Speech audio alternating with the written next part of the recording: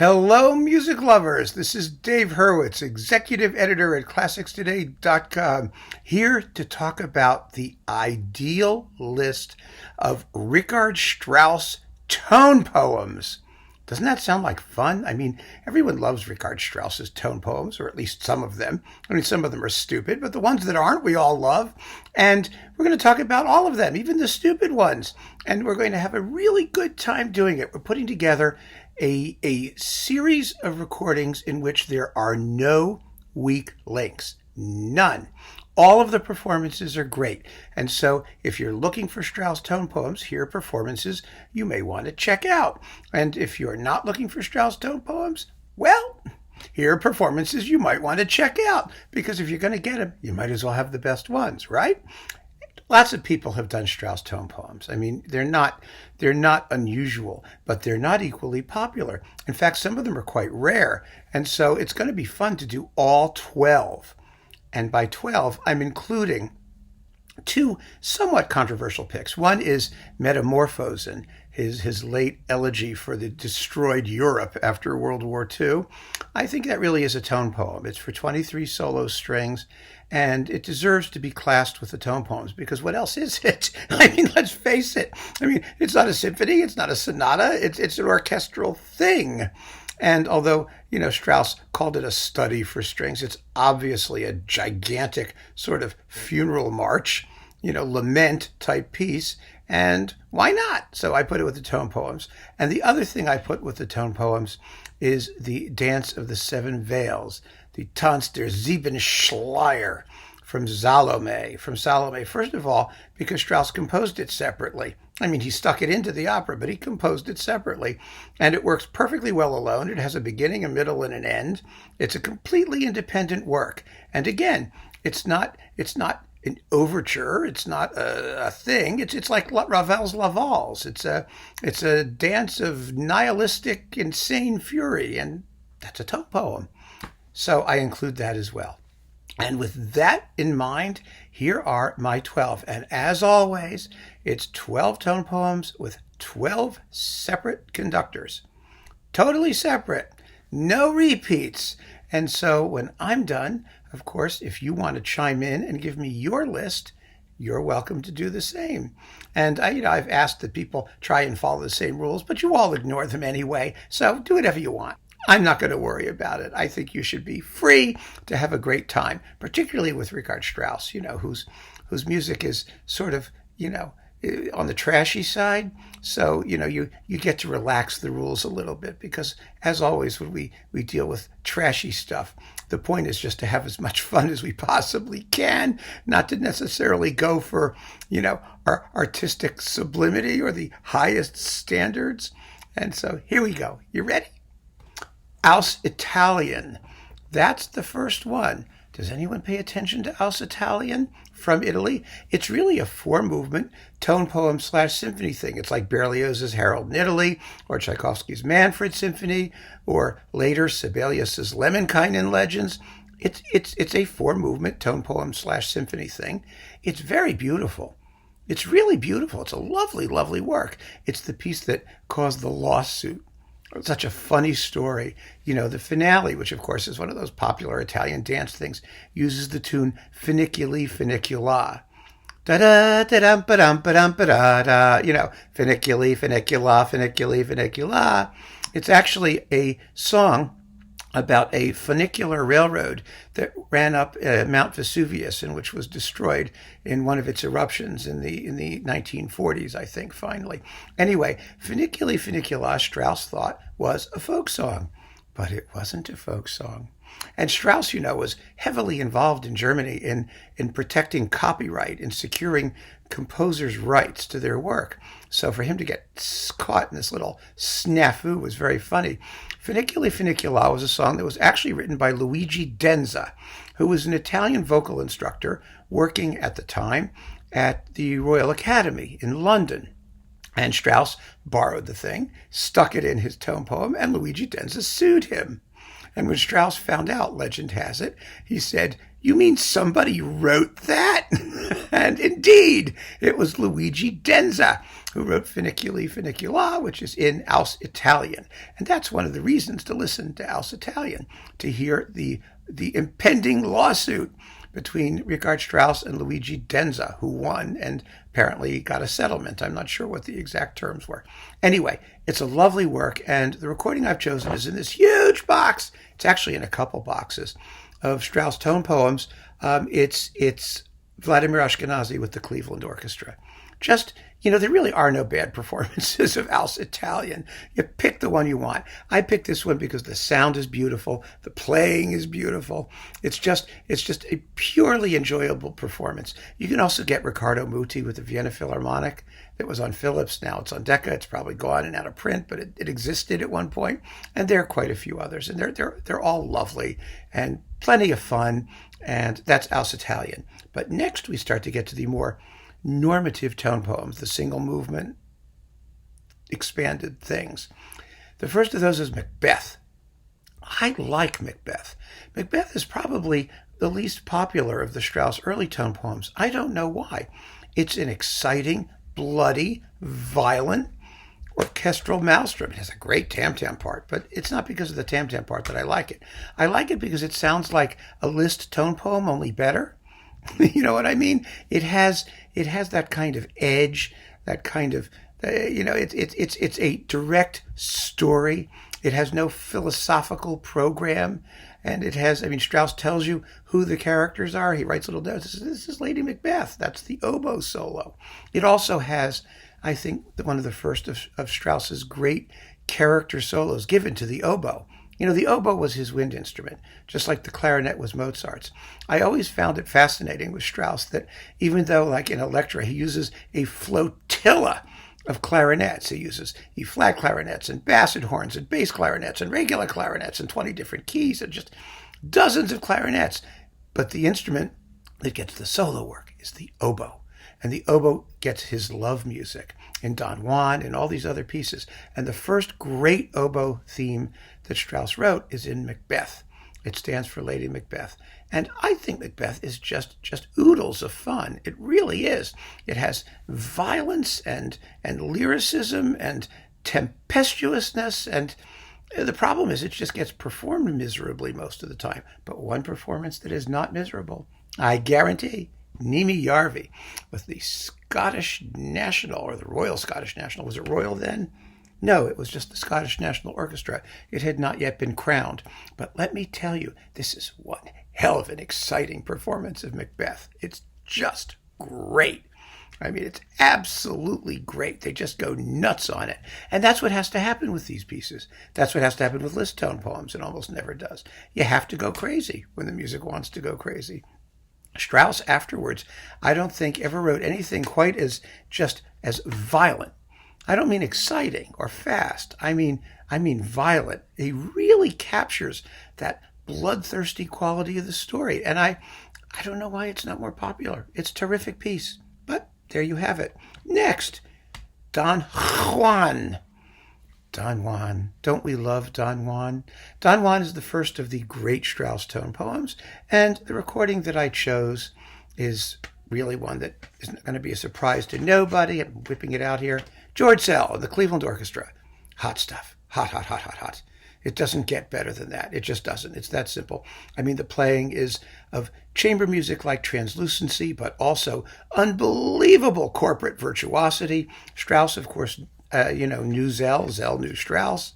They liked each other. Strauss gave Szell many musical opportunities.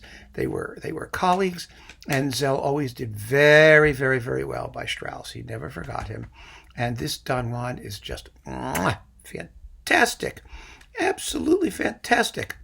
Next, Death and Transfiguration. Now, I have to confess, I used to detest Death and Transfiguration. I thought it was the biggest pile of crap anybody ever wrote. The whole concept, the spirituality, all that pseudo blah, it's ridiculous. And, what bothered me even more was that it came with this enormous poem about death and transfiguration. Then I actually sat down with the score and read the poem and read the score and realized that Strauss had nothing to do with this stupid poem. Nothing. Strauss ignores it completely. The actual sequence of events in the piece has nothing to do with what's going on in the poem, which I just think is wonderfully funny. It really is. Because really what Death and Transfiguration is about, as Strauss himself said, is the eventual emergence of a theme. That's what it is. It's a wonderfully structured piece of music. As you hear the Transfiguration tune, if you want to call it that, eventually, gradually emerge, and it's only played complete once at the very end. And it's done brilliantly. It's absolutely brilliant. It's really just terrific. And the performance I chose, there are some great performances. And someone who always did a great Death and Transfiguration was Karajan, because Karajan was the king of pseudo-spiritual folderol in orchestral music. He really was. I mean, he could do that stuff like nobody else, and with an intensity that was just blazing. But I chose a performance that I think takes it a little bit more seriously, in the sense that it has all of that sort of structural integrity, and it's not trying to quite overwhelm your brain with the blaze of glory at the end, but work its way up to it in steady steps. And that's Dohnányi with the Vienna Philharmonic. This is a great performance. Why does no one pay attention to this? It also has Metamorphosen, by the way, a really good Metamorphosen, and Don Juan. It's a great disc. I don't know why, Dohnányi, when he went to Vienna and made these recordings, no one ever paid any attention to them. And there's some amazing ones. There's the Bartók, there's the Stravinsky, there's this one, there's this Mendelssohn cycle. I mean, they're good. They're really good. He did an amazing, Schoenberg orchestration of the Brahms Quartet. And this is one hell of a Death and Transfiguration. It just moves in such inexorable stages. It's powerfully wonderful. So that was my choice. And I recommend it very strongly if you can find it. And if not, because I'm dealing with different conductors for everything, but you don't have to, get Karajan's digital one, the last one, because that is just a smoker. Woof! Unbelievable. But we're not talking about multiple views, and Karajan is coming later, in fact, very shortly, right after Till Eulenspiegel's Lustige Streicher. And here, again, there are so many excellent versions you can choose from. There really are. And I did a whole talk on Till Eulenspiegel. We talked about some of them. There's Klemper and Schulte and Kempe and, just a million of them. But for this particular purpose, for our ideal list with no weak links, I chose Haitink with the Concertgebouw. Why? Because Till Eulenspiegel is about naughty woodwinds. And as with Death and Transfiguration, I'm trying to choose performances that emphasize the music's, not just its coloristic aspects, but also its structural integrity and its musical qualities. You can play it for laughs, you can play it for kicks, but I also think that it really deserves to be heard as a wonderfully shaped, beautifully balanced piece of music. And Haitink's always good for that sort of thing, And with the Concertgebouw, he's got the greatest woodwind section in the world after the Czech Philharmonic. And so you have all the naughty little woodwinds going, like they're supposed to. And, Till's, happy trial and merry hanging, the really funny part where he gets strung up and killed. German humor. Nothing quite like it, is there? It's wonderfully done. It's absolutely wonderfully done. So Haitink in the Concertgebouw gets my Till pick. And next we come to Also sprach Zarathustra. Now, this is the tone poem that has the big problem because it basically, shoots its wad in the first 3 minutes. And after that, everything is a decrescendo. It's all downhill. Such a silly way to structure the piece. Strauss, and I love this piece. I do. I love it. I think it's wonderful. Strauss had the worst sense of musical timing of any great composer. I never tired of saying that because it's so true. His own father said to him, he said, Richard, why do you always want to end quietly? Why don't you end something with a bang? End loud, for heaven's sake. It's all this pseudo-philosophical bullshit, this quiet endings. And he was right. The old crank. He was right. Strauss's music always goes on too long. It always starts just when the fun stuff is over. It's true of his operas too, right? I mean, just think about it. The plot ends and then the singing starts. Think of Rosenkavalier. The plot's over, then the three women get out there and they sing for 25 minutes. Die Frau und Schatten. God knows what happens in Die Frau und Schatten, but after all the craziness is done, they all just stand out there and they sing for 20 minutes. Well, the tone poems do that too. And Zarathustra, it's got this fabulous opening, and then it has a bunch of sections, and it has the fugue, which returns back to that fabulous opening, and that's part one.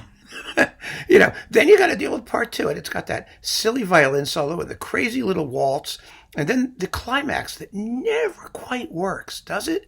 Because the climax, it's a bass drum roll and a bell. The midnight bell has to chime 12 times at a decrescendo. Do you ever hear that bell? Has anyone ever heard that bell chime 12 times? I do remember seeing it live with the New York Philharmonic. The New York Philharmonic was gifted with an actual set of bronze church bells. Real bronze church bells. They weigh like 10 tons each. I'm not kidding. They weigh thousands and thousands of pounds each. And at the climax of Zarathustra, they actually waited. It was very funny. They waited until the climax of Zarathustra, and they left the bell backstage. And they opened the wings, and they pushed. It took several guys. They pushed this sucker out on wheels, and then you have like a sledgehammer, and you just go bang on this bell, and you still couldn't hear it. But let me tell you, you still couldn't hear it. But the violins who were behind it, they almost got blown straight out of Avery Fisher Hall. It was hilarious. It's this enormous bell. And it just goes to show, it's just, for someone who was as great an orchestrator as Strauss was, it was just a monument to, programmatic rectitude over musical reality. It never works. So we don't worry about the climax, and we don't worry about the bell. You always hear some of them. Usually it goes clank, but there's never this huge cosmic bong that's supposed to, penetrate your soul. No, never does it. So, which Zarathustra? Well, it's got to be Karajan, and not the one that was used in the movie, which was the Decca Vienna Philharmonic one, because in those days they didn't have an organ, and it sounds horrible because they had to find an organ somewhere else and dub it in. I just don't think it has the sonic splendor the work needs. This one does. Karajan's famous Berlin Philharmonic one before the digital one, the analog Berlin Philharmonic recording. It's just a knockout. It's the most beautifully shaped and paced performance of Zarathustra ever. You hear it, and it's the way the work should go. It really is. You can't really argue with it in any way. It's just fantastic. It really is. And also, Karajan does not, strictly speaking, play the opening in exactly with the note value Strauss wrote. It's bum, bum, bum. And Karajan goes, cha-chum, like that.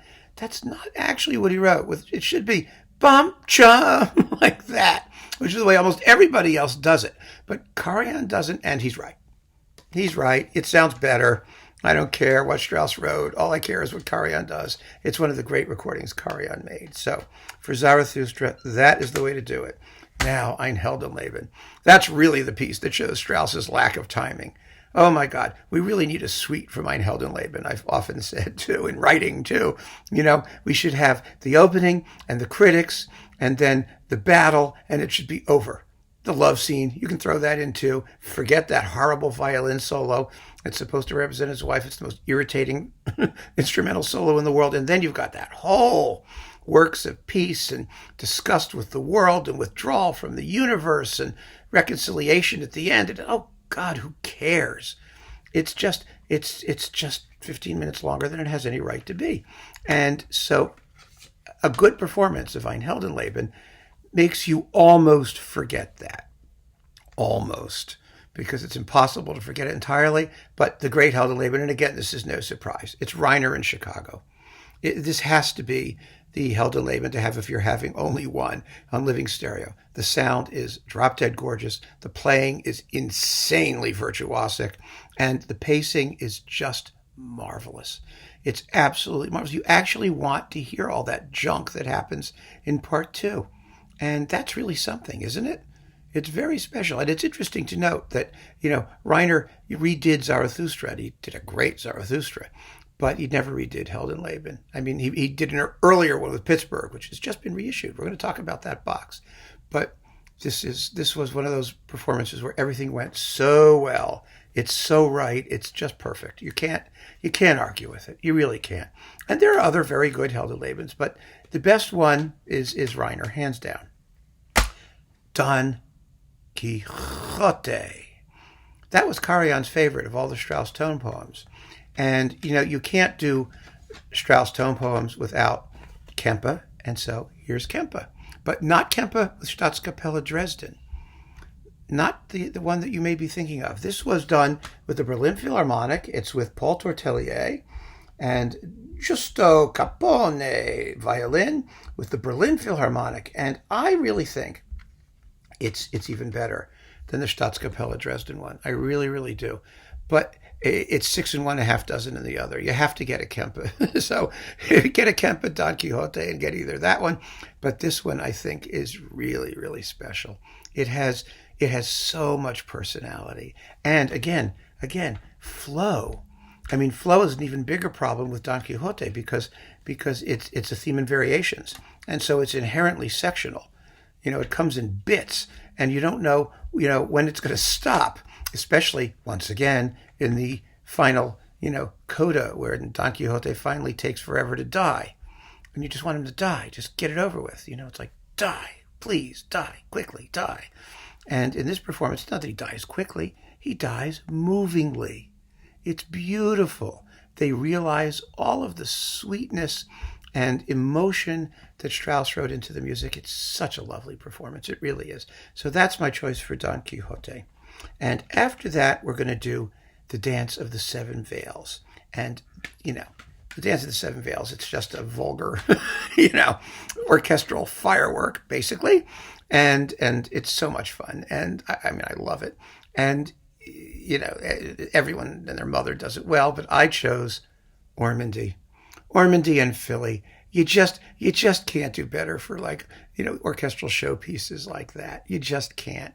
This is a Japanese Sony recording with a lot of his other Strauss, but you can probably find it hovering around on Sony. It's been issued in various places, along actually with some of Zell's stuff too. But wow, what a great Dance of the Seven Veils. I mean, you're just looking forward to every single one of those suckers to come flying off of her, It's terrific. And actually, it is not a soggy or slow performance at all. It's ferocious. It's incredibly exciting. And they go completely nuts at the end. That's what you want to hear.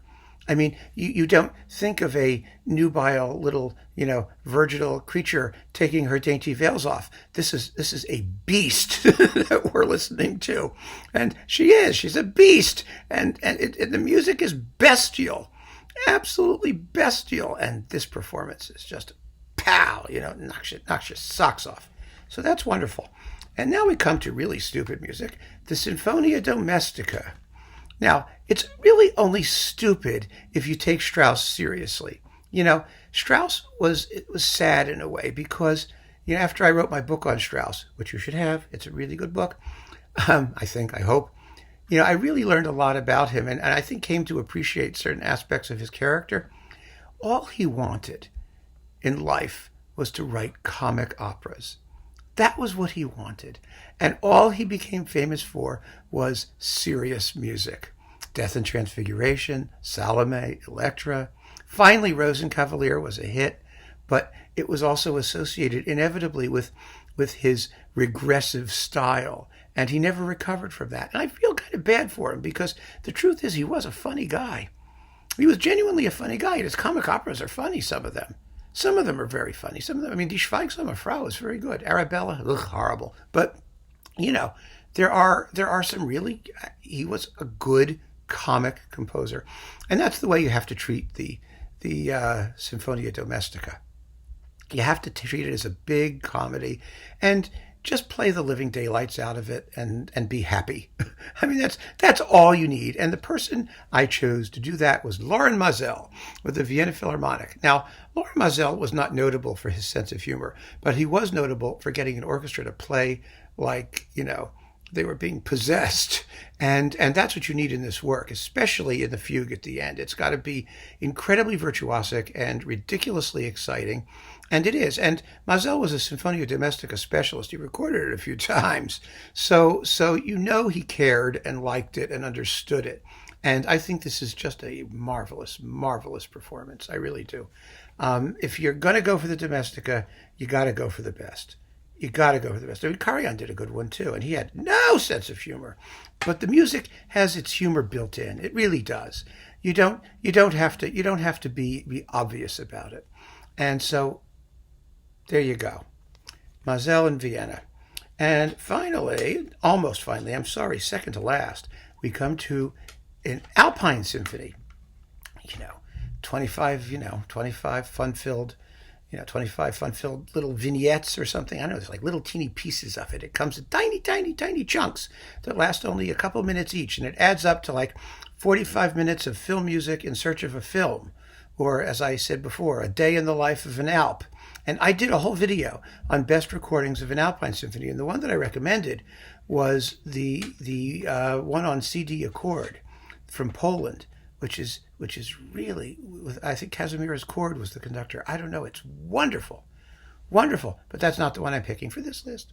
For this list, I'm picking something a little bit more readily available and just as good.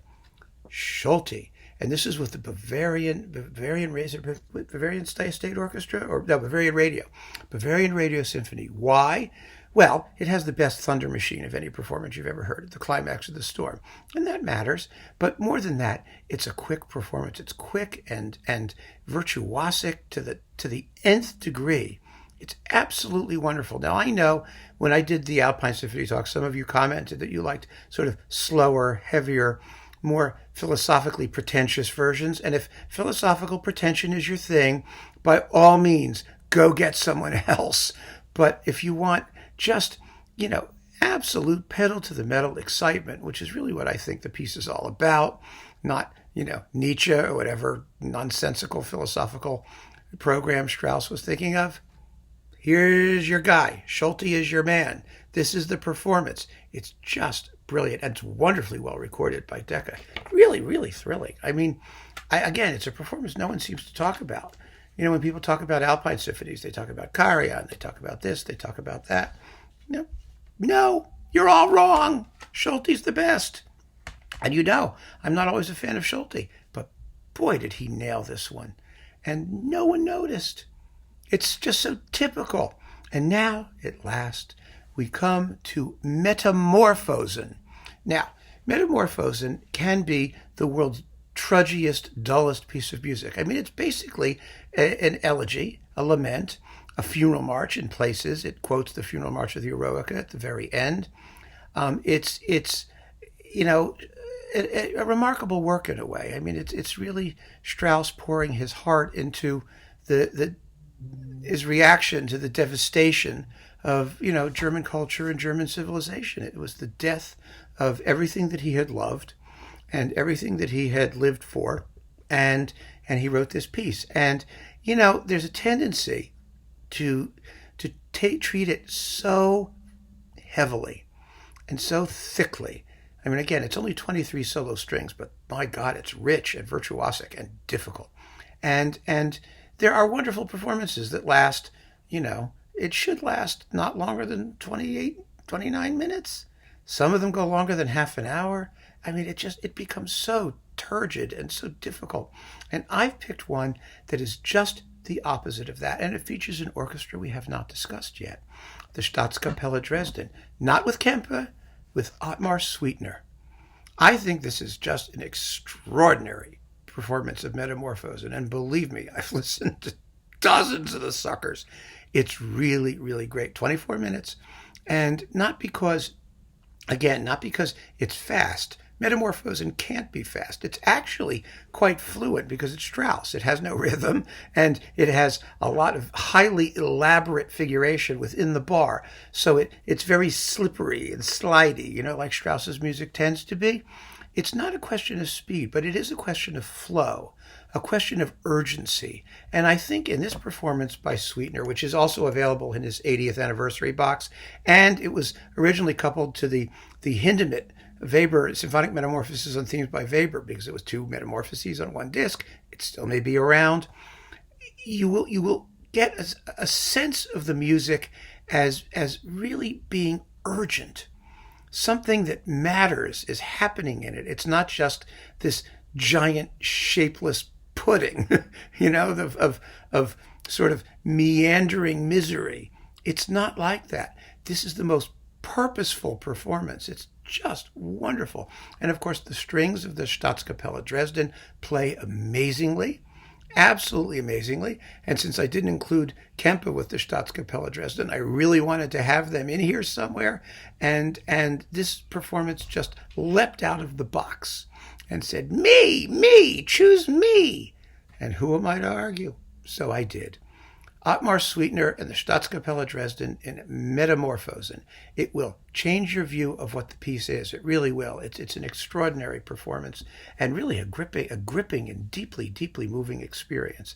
So those are the 12 Strauss tone poems in an absolutely ideal list of fantastic performances that will suit you well for the rest of your existence on this mortal orb. I guarantee it.